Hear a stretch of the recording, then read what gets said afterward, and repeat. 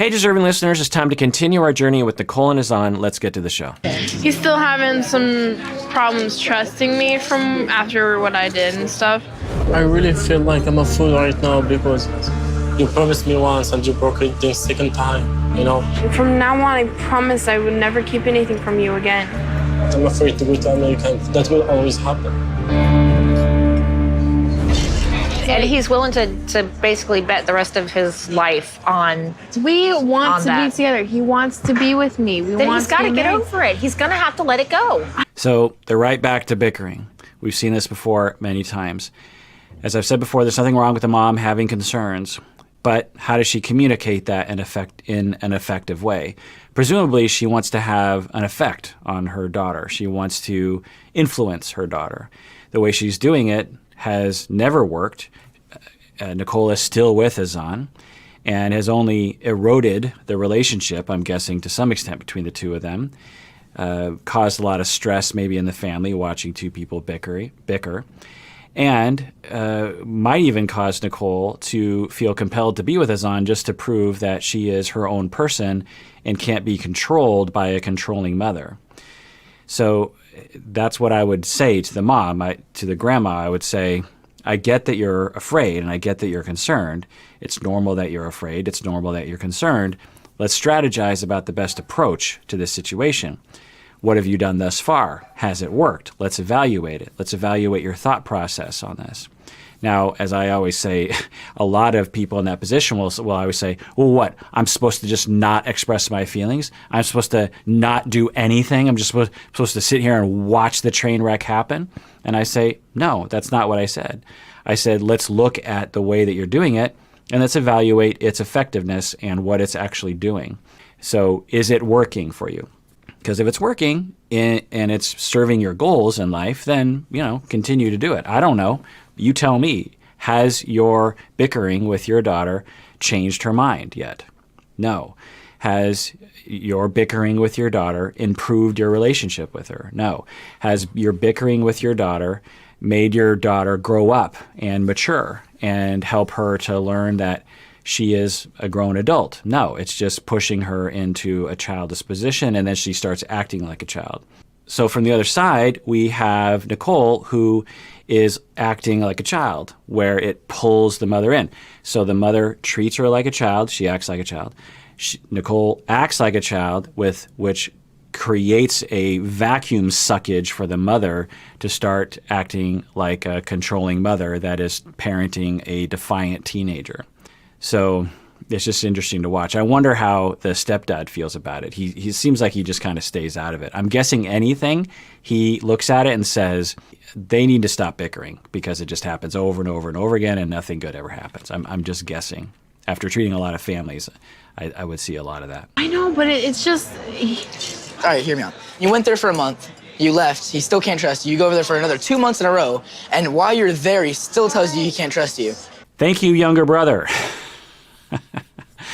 Coming out aggressive, so ganging up on older sister.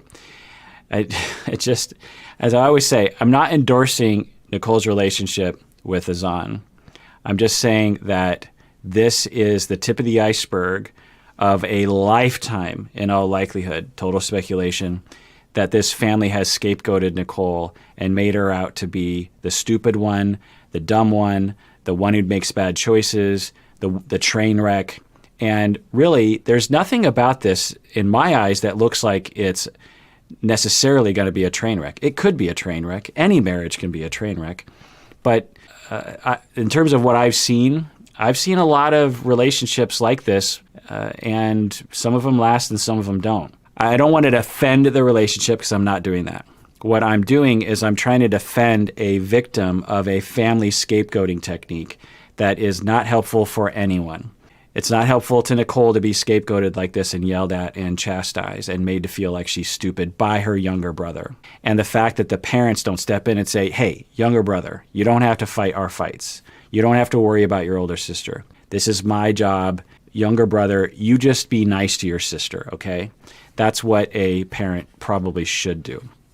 structural family therapy often talks about how sibling bonds should be strong and parental bonds should be strong, and there should be a boundary often between parents and kids. And when a kid is parentified like it seems like he has been, then bad things can happen.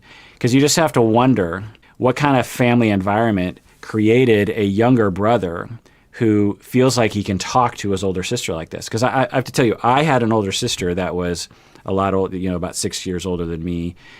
I think that's about the span of in between Nicole and the younger brother. And I would have never had a tone like this with my older sister. My God. One, because I just wouldn't, because my sister would have, I don't know what she would have done to me. My sister's a very nice person, but she knows how to stand up for herself. Let's just put it that way. My parents would have stopped me from doing it because they would have said, don't talk to your sister that way. Also, I wasn't parentified as a kid. And so it would have never occurred to me to even evaluate my older sister's life the way that he is doing. Now, there's nothing wrong with a younger brother being concerned for his older sister, but there is something interesting about the tone that he's taking.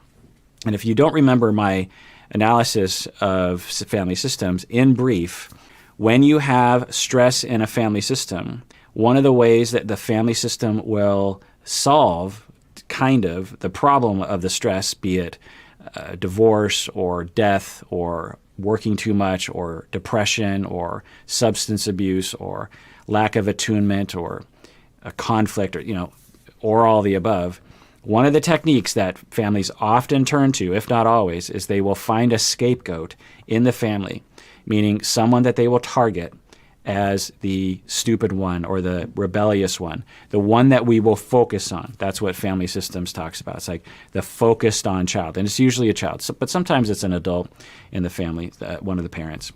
In this instance, it kind of looks like Nicole was the scapegoat. And the way to look at it is that, and it's not a conscious choice, it's mostly subconscious, that the Nicoles of the world will volunteer for the job. They'll say, I volunteer for the job of scapegoat because I want the family to function better, because I benefit when the family functions better. And at the same time that the scapegoat volunteers subconsciously, the family elects that person and says, you are going to be the scapegoat. And it's all subtle.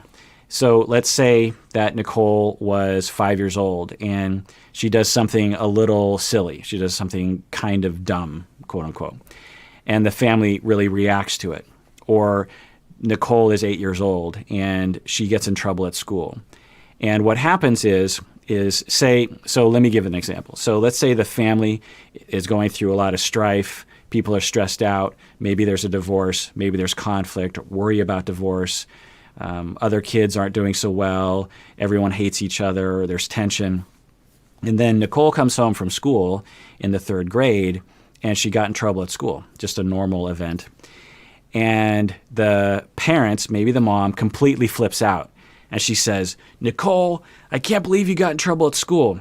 And then Nicole's like, and whines and stuff. And then maybe the younger brother, I don't know, he would have been 4 years old at the time or something, and he chimes in. And then I don't know if dad or stepdad is around, older sister. And now everyone starts to gang up on Nicole. Now, what happens, because, before Nicole came home and said, I got in trouble at school, there was a lot of tension, but there was no seeming solution to that tension. Everyone was like, they don't know what's going on. I could only speculate as to what sort of tension the family might have been going through at the time. Nicole comes home. Now everyone's focused on Nicole. Now everyone is banded together. They're cohesive. Everyone is on the same page. Everyone agrees. Nicole is the idiot. Nicole is a problem. And now that we're yelling at Nicole and Nicole is acting out and we're in conflict with Nicole, brother, mom, sister, stepdad, dad, everyone is focused on Nicole, guess what? We've forgotten about our problems. We've forgotten about our worries. We've forgotten about the substance abuse or the depression or the financial problems or whatever is the tension, total speculation, that might have been going on in the family. This happens all the time. Now, when you enter the family, because oftentimes these families will come into a family therapist and they'll say, fix Nicole. Now, family therapists figured out decades ago in the 50s and 60s that at first it was like, okay, we'll fix Nicole. So we'd take Nicole out, we'd fix her, and it would be sufficient. She'd make changes. She'd go back to the family, and then the changed Nicole would go back to all those old behaviors. And so we'd take her out, and we'd fix her, and and she'd get better. We'd send her back. All the behaviors would emerge again. So the early family systems thinkers said, wait a second, maybe Nicole isn't the problem. Maybe this system is the problem. We have to look at the system. We have to treat how the system operates. Maybe Nicole's behavior of making bad choices or whatever the family is identifying is actually a outgrowth of the system. The system needs it. So when we look at a problem like Nicole is coming across like she is incompetent, the temptation is, well, we'll just fix Nicole. We just gotta yell at her. We just gotta tell her to stop doing that. Instead of saying, wait, let's zoom out. Let's look at the whole system here. What purpose, and this is the question you always want to ask systemically, what purpose in this system does Nicole's incompetent behavior serve for the family? And that's a critical question that a family systems therapist would do as they investigate. They'd try to figure out, let me interact with them. Let me get them in a room. Let's see what's happening. What is the underlying problem that the Nicole problem solves? Because the Nicole problem is probably there, or at least the family really wants it to be there, because it helps them to avoid some other problem. And you'll hear me talk about undifferentiation, and it has to do with this as well, that when you are fused and undifferentiated, your problems and anxiety, they tend to run through the family very quickly because there's no boundary between different people. And instead of one person saying, okay, I have a problem right now, I have issues, let me contemplate that, what's happening for me? Instead, when you're undifferentiated, when you have an undifferentiated family ego mass, the anxiety just goes boom, boom, boom, boom, boom, boom, boom. You yell at someone, you criticize someone, you pull away, they get upset, they pass the anxiety onto someone else, it goes somewhere else, and it just goes round and round and round, and no one gets their needs met.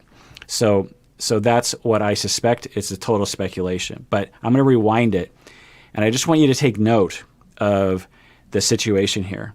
Nicole has come back from 2 months of seeing Azan. And yeah, she has some concerns. But I think for us, we saw a lot of good things that happened between Nicole and Azan. At least they talk about how there were a lot of good things.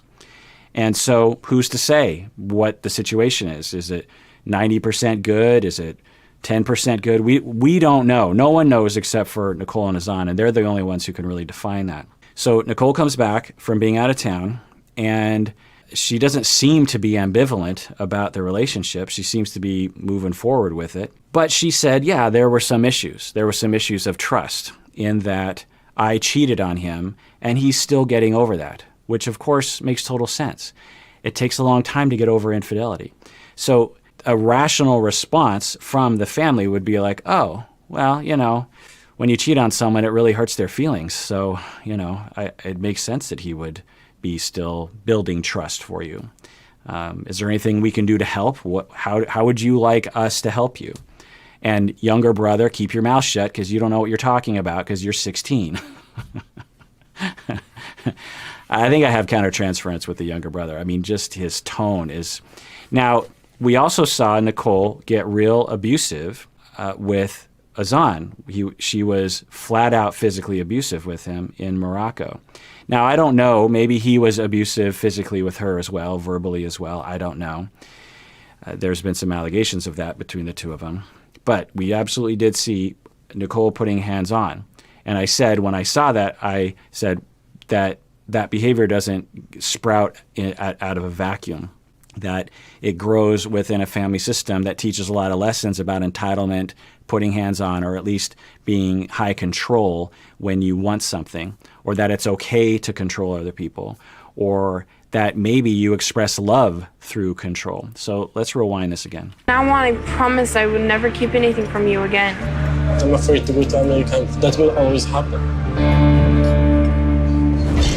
And he's willing to basically bet the rest of his life on. We want to that. be together. He wants to be with me. Then he's got to get over it. He's going to have to let it go. I know, but it's just... All right, hear me out. You went there for a month. You left. He still can't trust you. You go over there for another 2 months in a row. And while you're there, he still tells you he can't trust you. So he wants to come here for 90 days and figure out if you can trust her or not. So you hear that this is not an isolated event. The way that these two are talking to her is not isolated. I'm guessing this has been a lifetime of Nicole being talked to like this in this family. So it could have been about when she was 13, the way she dressed, or when she was 15, the boyfriend she had in high school, or when she was 17, the fact that she smoked a cigarette or something. These are the things that I would see, would just be concern, which is fine. If your 17-year-old is smoking a cigarette, you should be concerned, but it's the tone you hear. It's just discounting. It's not talking with her. And this is another speculation, is that the mom might have some traumas about this sort of thing. Maybe the mom feels like she got married too young and she married the wrong person when she was too young, and she is imposing her traumas and her relational issues onto her daughter. It's not uncommon for parents to do that. I don't know. So let's get back to watching it.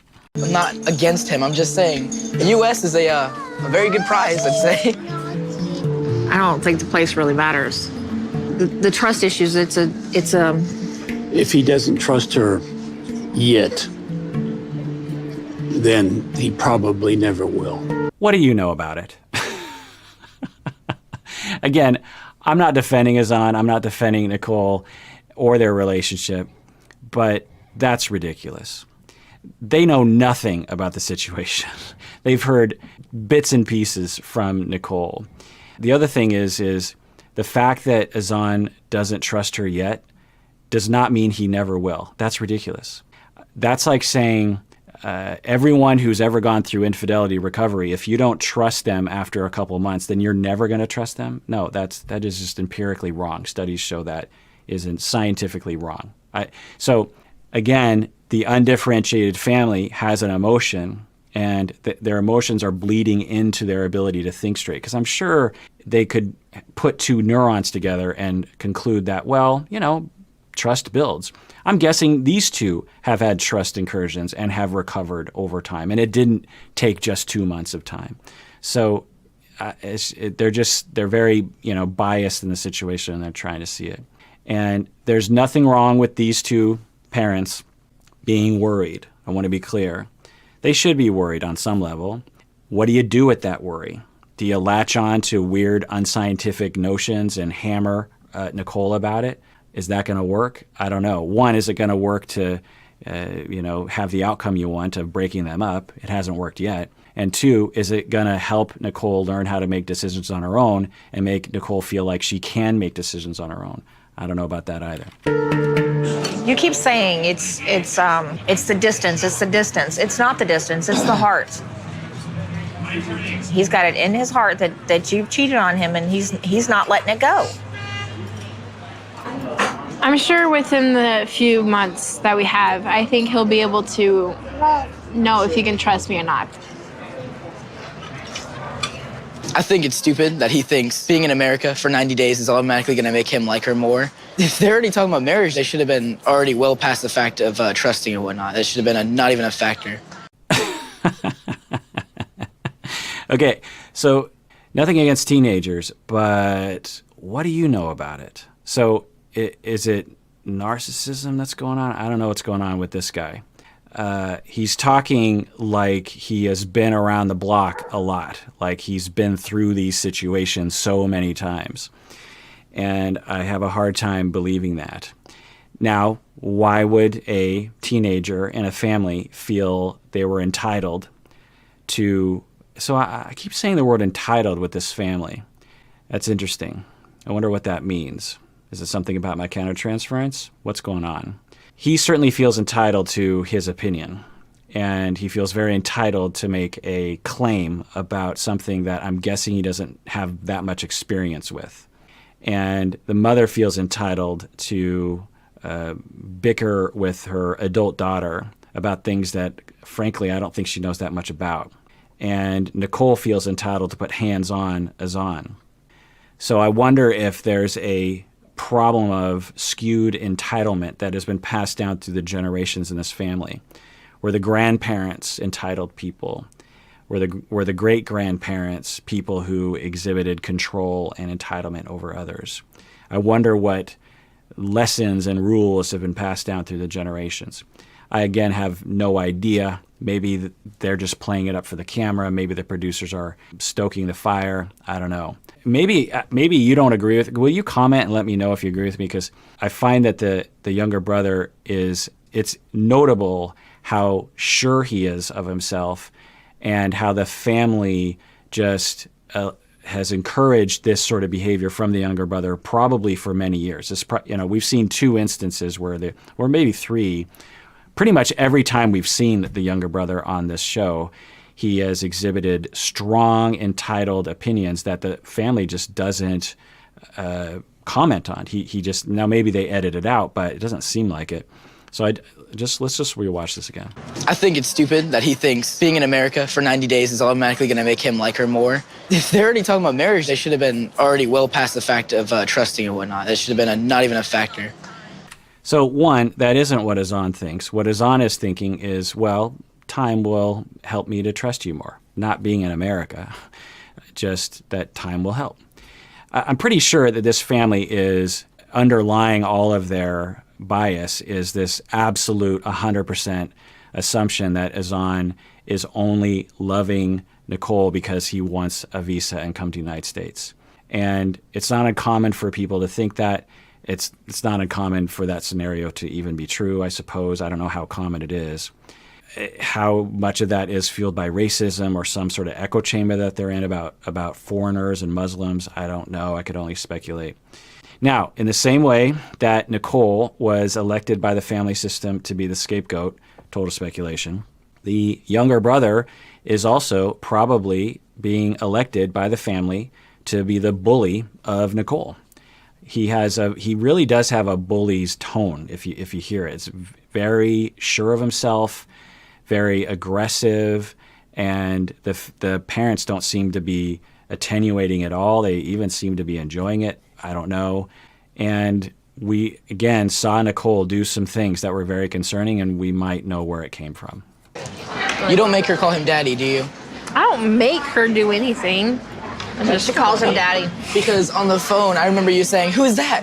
She just call him daddy. That's not a good thing, because if you two break up, I know. You say that, but you've already gone through the history of doing it once, Thomas. and you're doing it a second time. Okay, so that's interesting. Is he talking about another relationship where another man was called daddy?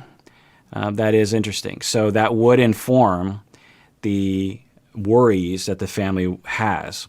Has this happened before, and was it a disaster, and the family has even less reason to believe that this current relationship will work? I don't know.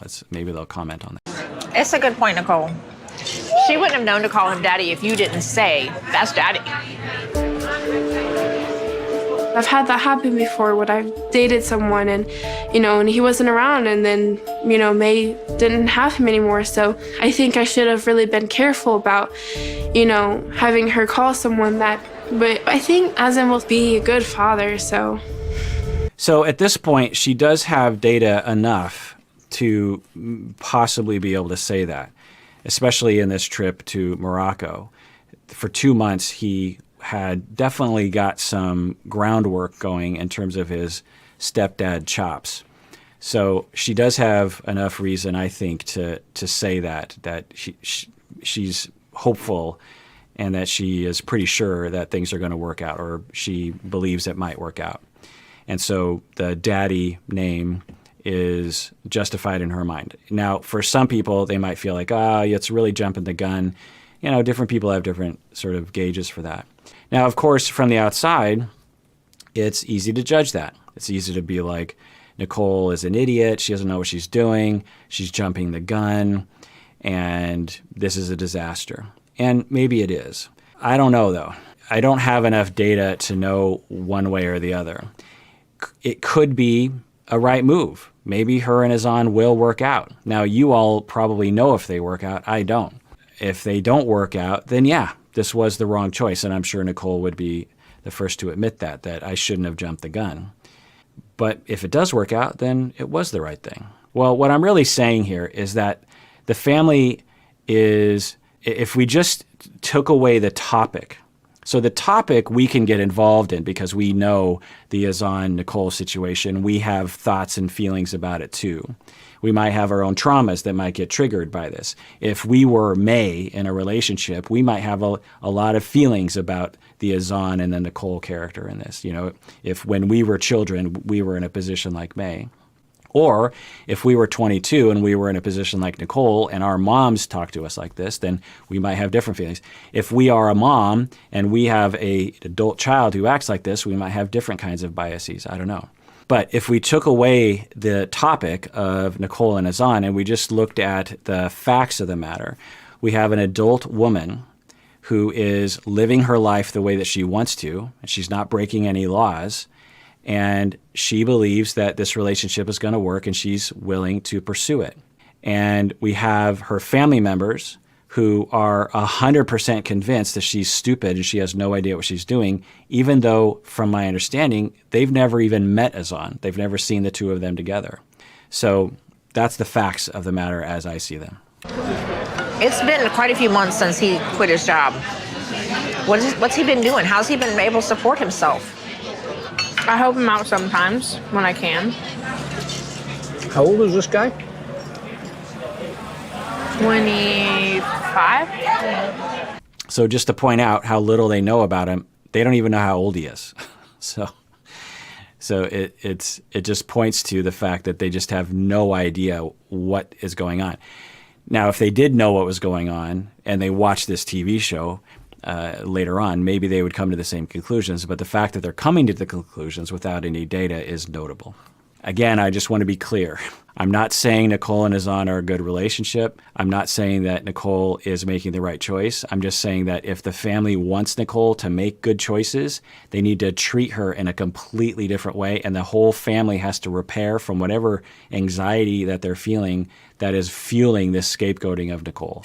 You know, and how hard is that going to be for him to be able to get a job, especially since he's going to have a visa, right? Yeah. Well, has to at least 3 months after we get married. So he's got to wait 3 months before he can get a job? Yeah. I don't know if he's not working because she's sending him money or if he's not working because he really can't find a job. But when he gets here, I really hope he bets on getting a job, because if he's not, I'll find him a job and he's going to have a job. There's going to be really bad things. Wow. So is that a physical threat? I don't want to go here because it is going to trigger people. I don't know. But it's starting to feel like racism to me. This notion of the lazy brown person. And as a person of color myself, I've been the target of that. I don't know if he's not working because she's sending him money or if he's not working because he really can't find a job. But when he gets here, I really hope he bets on getting a job, because if he's not, I'll find him a job and he's going to have a job. There's going to be really bad things. I mean, my God. He's not only thinking those things, not only saying those things, but to a camera, he feels, oh yeah, I as a teenager feel completely fine threatening a man from another country who is older than me. I feel completely fine threatening this man that I don't know about getting a job or else. And I'm a teenager and I don't know this person. I mean, just like the amount of assumptions you would have to make in your mind about another human being would just be, astronomical to be able to, and the assumptions about your own place in the world is astronomical. Yeah. Ugh. What are you going to do, Nicole? You'll have you, him, and May. How are you going to support all three of you on a minimum wage job? I really can't think that far ahead. I want to be clear, though. There's nothing wrong with a younger brother being concerned about his older sister and feeling protective. That's a good impulse. The second thing I want to point out here is right now we are seeing the dynamic is the way that Nicole is acting is that of a child. This is what I'm often railing about the family, particularly the mom, the way that she treats Nicole. But I always am sure to say that it's a two-way street, that Nicole sucks the parents, the mom and perhaps the younger brother, into a space where they feel like compelled to control her because she's acting so irresponsible or she is coming across like she's irresponsible. So let's watch this and just absorb the demeanor that Nicole is giving off. You, him, and May. How are you going to support all three of you on a minimum wage job? I really can't think that far ahead. So you're just going to kind of wing it. Yeah. So that response is that of a child. It's like, I really haven't thought that far in advance. Huh? Like, now, maybe Nicole hasn't thought that far in advance, and that's part of the issue. That sucks in. When you are a grandma and you're watching your adult daughter with your granddaughter talk about this pretty big, plan, this big deal of Azan's going to come. What if he doesn't get a job? What are you going to do? And she's like, I don't know. That's what a teenager says. When you say to a teen, I've been in a lot of family sessions where something like this will happen. You'll say to a teenager, let's say the teenager wants to drop out of school, and the parents are like, so when you drop out of school, out of high school, if that's what happens, have you thought about the future? Have you thought about the fact that we're going to start charging you rent? And if you move out, you'd have to pay rent and you have to get health insurance. Have you thought about, if you have to get a car, you have to get car insurance. Have you thought about these things? And the teenager will, yeah, I don't know. I'll cross that bridge when I get there. Now, of course, to the teenager, it makes total sense because they're a kid. To a 22-year-old, they should know better. They should be saying something along the lines of, yeah, I have a plan, a contingency plan. If he doesn't get a job, then we're just going to really budget things really well and really make sure that he gets a job eventually. He really does want to get a job, by the way. That kind of talk where it's more, inspirational to the family that Nicole has thought this through and that she's not walking incompetently off a cliff. You have a baby. I'm still working on details about what's gonna happen when Azan comes here. Maybe I just have to work harder before he gets here to have a stable job that could do both, Right there, you hear a plan. She did not say that to her mom. Why is that? Why? Let's rewind this because this is a fascinating family systems observation. While she's being interviewed, the mom's not around. Nicole has a plan. She's like, well, I've thought about it here and there. I don't know how great that plan is, but, it's at least some semblance of an adult-like plan. But when she responded to the mother, it was a completely different statement, vibe, and demeanor, which sucks the mother in. Now, why would one do that? A lot of different reasons. One is that, I missed my finger when I went out. One is that she is playing her part for the family. She's sacrificing herself to allow the rest of the family to avoid whatever other problem they're trying to avoid. Two, we fall right back into old roles when we are faced with certain systems. We like to think of ourselves as individuals, but we're not. Our personalities are highly dependent on the context in which we are in. And if you're an adult and you go home for Thanksgiving or a holiday or whatever, just kind of watch yourself. Or another thing, a better way is for your spouse to observe you or for you to observe your spouse. Many of you will attest to the fact that your spouse acts differently when they're at home, when they're with their friends, and when they're with their family. Some of you might even observe that your spouse acts like a child when they are around their family of origin. Why is that? Well, it's because none of us are truly an independent personality. We fit into a social context. When you interface with a system long enough, there are routines, and everyone takes their place at the table, so to speak, in terms of their roles. There's the bully, and there's the scapegoat, and there's the person who says a lot of things, and there's the quiet one, there's the sensitive one, there's the funny one, there's the emotional one. And everyone takes their role when they're in that context. And when they're outside that context, then they act differently. The other reason, the third reason that I'll put out there for as a speculation, is that when you are the scapegoat and you've been scapegoated in a dependent way, you've been treated like you're a child and prevented from actually growing up in that family system, then you want to return to the womb, so to speak. There's something nice about being incompetent and having other people save you, because you don't have to think. You can just flop. I will use that analogy. Anyone who's had young kids, you've probably had this. I imagine all kids do this at some point, where you're at the mall or you're walking around, or it's time to go to bed, and they just don't want to do it. The kid just doesn't want to do it. They're 3 years old, and so they just flop. I don't want to, and they just flop. Well, at that point, as a parent, you're just like, well, I guess I'm gonna just pick the kid up. I don't want to you don't want to drag the kid at the mall on the ground. Maybe some parents do that, but you're just like, oh, I'm in a pickle right now. I either sit here and try to plead with the child to stand up and walk to the car, or I just pick the kid up. And that's what the kid wants. The kid wants to be picked up. The kid doesn't want to walk anymore. The kid wants to get away with something, feel like they have power. Well, when you're treated that way and you have some arrested development, there's some pro as opposed to cons about flopping emotionally. And I don't know how much that applies here, but it could, in that for Nicole, she is a little stressed out about the future and she just kind of flops. And then the family kind of rushes in. Now what they do is they criticize her, but I'm wondering how often the family actually saves her because she flops in life. And I wonder if this relationship actually does proceed and Azan does come, I wonder if she flops and the family does save her in the future. That'll be interesting to see, to prove my point, I suppose. But anyway, let's rewatch that. In May, how are you going to support all three of you on a minimum wage job? I really can't think that far ahead. So you're just going to kind of wing it.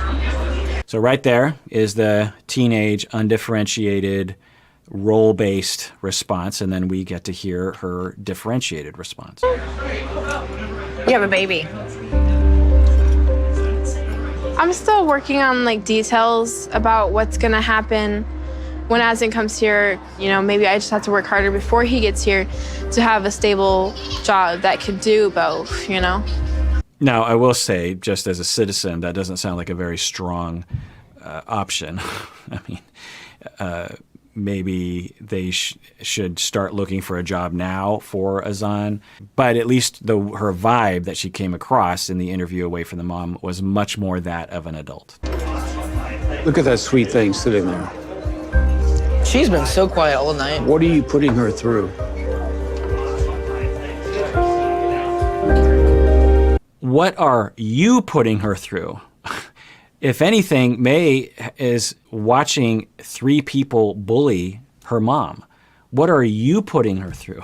If she didn't have those headphones on, she probably would pick up on the vibe here, which is that, man, my grandma and grandpa and uncle really don't like my mom and are really raising their voice against my mom. That doesn't feel good to me. That would be the question that I would ask. You better start thinking about your daughter.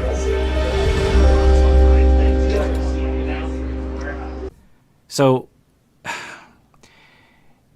that assumption that she's not thinking about her daughter. Now, maybe some of you watching will feel like she's making a big mistake. Yeah, maybe she is, but it's her life to make.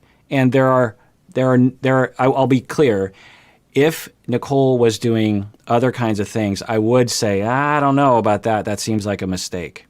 The fact that Nicole is dating someone and she is going to see if it's going to work out is not inherently, in my book, a mistake.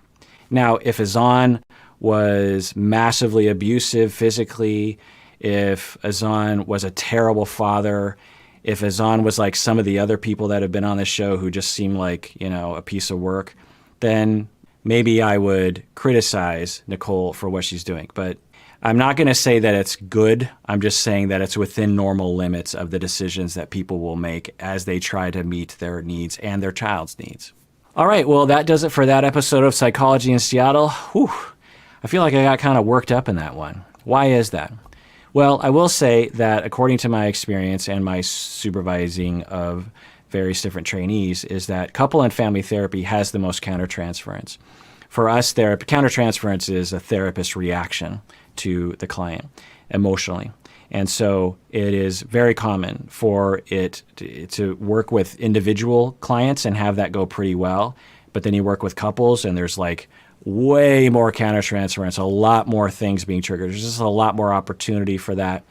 And I could go into the details as to why that is. And then you have a family and you have 4 people, then you have even more opportunities. Now, I will say that as a couple and family therapist, it's really fun and gratifying to work with couples and with families. But they can be very, very stressful compared to working with individuals. Anyway. All right, everyone. Please take care of yourself because you deserve it. You really, really do.